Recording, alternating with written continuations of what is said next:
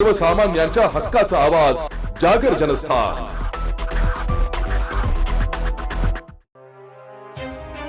इंद्रनगर परिसरात वयोवृद्ध महिलेची चेन स्नॅचिंग। नाशिकच्या इंद्रनगर भागातील पांडवनगरी परिसरात सोमवारी रात्रीच्या सुमारास एका 70 वर्षाच्या वयोवृद्ध महिलेच्या गळ्यातील 4 लाखाची किमतीची सोन्याची पोत चोरट्यांनी ओरबाडून नेली आहे।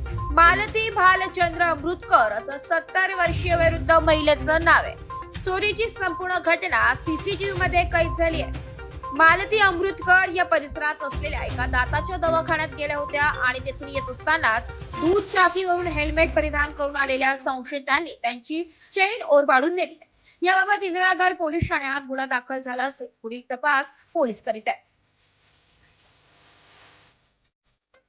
शहरात होणाऱ्या चेन स्नॅचिंगला आळा घालावा अशी मागणी नागरिकांकडून करत असतानाच रोज होणाऱ्या चेन स्नॅचिंगमुळे नागरिक त्रस्त झाले। या चोरट्यांचा लवकरात लवकर बंदोबस्त करावा अशी मागणी नागरिकांनी केली आहे।